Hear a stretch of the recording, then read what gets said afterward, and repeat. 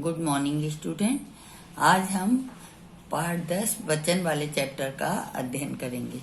सबसे पहले देखिए कि वचन किसे कहते हैं। तो शब्दों के जिस रूप से संज्ञा या सर्वनाम के एक या अनेक होने का बोध हो उन्हें वचन कहते हैं।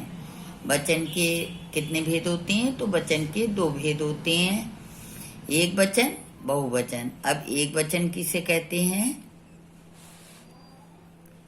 तो जिन शब्दों से किसी व्यक्ति या वस्तु के एक होने का बोध हो उन्हें एक वचन कहते हैं, जैसे गमला, कपड़ा, घोड़ा आदि।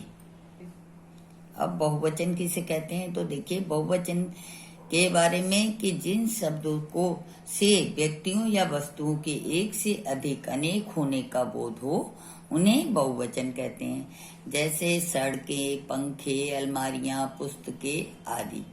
अब वचन की पहचान क्या है? तो वचन वाक्य में वचन की पहचान 3 प्रकार से की जाती है, संज्ञा शब्दों द्वारा, सर्वनाम शब्दों द्वारा, क्रिया शब्दों द्वारा। सबसे पहले संज्ञा शब्दों द्वारा जो है पहचान करने के लिए हमें क्या करना होता है कि संज्ञा शब्दों द्वारा वचन की पहचान आसानी से की जा सकती है। जैसे बकरी का बकरियां हो गया, यानी कि बहुवचन में परिवर्तित हो गया। इन शब्दों में बकरी, पुस्तक, इस तरह जब बकरी का बकरियां हो गया, पुस्तक का पुस्तकें हो गया, तो इससे हमें पहचान हो गई कि यहाँ पे वचन बदल गया है, बहुवचन में आ गया है। अब देखिए सर्वनाम शब्दों द्वारा, सर्वनाम शब्दों द्वारा भी वचन की पहचान सरलता से की जा सकती है। जैसे मैं का हम बन गया, वह का वे हो गया। तो हम इससे पहचान लेते हैं कि यहाँ पर एक वचन नहीं बहुवचन का वाक्य में प्रयोग हुआ है। अब देखिए क्रिया शब्दों द्वारा, हिंदी भाषा में कुछ ऐसे शब्द होते हैं जिनका एक वचन तथा बहुवचन में एक जैसा रूप होता है, जैसे मोर, पशु, बाघ आदि। तो ऐसे शब्दों के वचन की पहचान उनके साथ प्रयुक्त होने वाली क्रियाओं के रूप में ही होती है। जैसे मोर नाच रहे हैं, तो हम रहे हैं से हमें पहचान हो गई कि यहाँ बहुवचन है, और मोर नाच रहा है तो यहाँ एक वचन है। इस तरह से आपका वचन वाला चैप्टर यहाँ पर हो रहा है। और इसमें देखिए कि एक वचन से बहुवचन बनाने के नियम जो हैं वो आकारांत पुल्लिंग शब्दों के अंतिम आ का पर्याय ए कर दिया जाता है, जैसे कि लड़का का लड़के। आकारांत स्त्रीलिंग शब्दों में अंत में आ का ए कर दिया जाता है, जैसे बहन का बहने। और आकारांत स्त्रीलिंग शब्दों के अंतिम आ के आगे ए जोड़ दिया जाता है, जैसे माता का माताएं।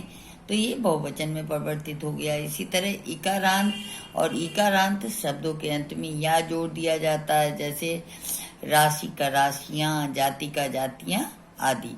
फिर देखिए उकारांत, उकारांत और औकारांत स्त्रीलिंग शब्दों के अंत में ए जोड़ दिया जाता है, और उकारांत के अंतिम उ का उ कर दिया जाता है, जैसे बधू का बधुएं।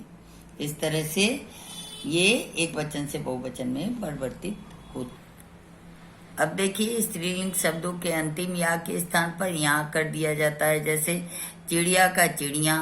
इसी तरह कुछ शब्दों के अंत में गढ़, जन, वृंद लग जाता है, तो ये बहुवचन में परिवर्तित हो जाता है, जैसे मित्र का मित्रगढ़ हो गया, गुरु का गुरुजन हो गया। इस तरह से यह एक वचन से बहुवचन में परिवर्तित कर दिया गया है। इस तरह और इसे आप जो ये दिया हुआ है इसे आप बहुत ध्यान से पढ़ेंगे। और इसमें कुछ चीजें जो बहुत ही जरूरी है, जैसे कि सदैव एक वचन में ही प्रयोग में आते हैं कुछ शब्द, जैसे घी, भीड़, जनता, चांदी, लोहा, आकाश, हवा, वर्षा आदि सदैव बहुवचन में आते हैं। बादल, आंसू, दर्शन, लोग, प्राण, होश, हस्ताक्षर आदि। इस तरह से कुछ शब्द संबंध सूचक पुल्लिंग संज्ञाएं एक वचन और बहुवचन में समान रहती हैं, जैसे माली, मामा, दादा। इसी तरह युग्म शब्दों का बहुवचन बनाते समय केवल अंतिम शब्द का वचन परिवर्तित होता है, जैसे संतरा और केले अच्छे फल हैं। गाय, भैंसें खेत में घुसकर घास चरने लगी, इसमें खाली गाय वैसी रही और भैंसें हो गया भैंस से। इसी तरह जो है आगे आप देखेंगे कि बड़प्पन दर्शाने के लिए कई बार हम का प्रयोग करते हैं। उसी तरह तू और तुम दोनों एक वचन शब्द ही हैं, किंतु वर्तमान में तुम शब्द का प्रयोग बहुवचन के रूप में किया जाता है, जैसे तू कहाँ गया है था और तुम कहाँ गए थे। अब ये आपका चैप्टर कंप्लीट हो गया है और इसे आप लोग पढ़ेंगे, समझेंगे और जो समझ में नहीं आएगा मुझसे पूछेंगे। Thank you.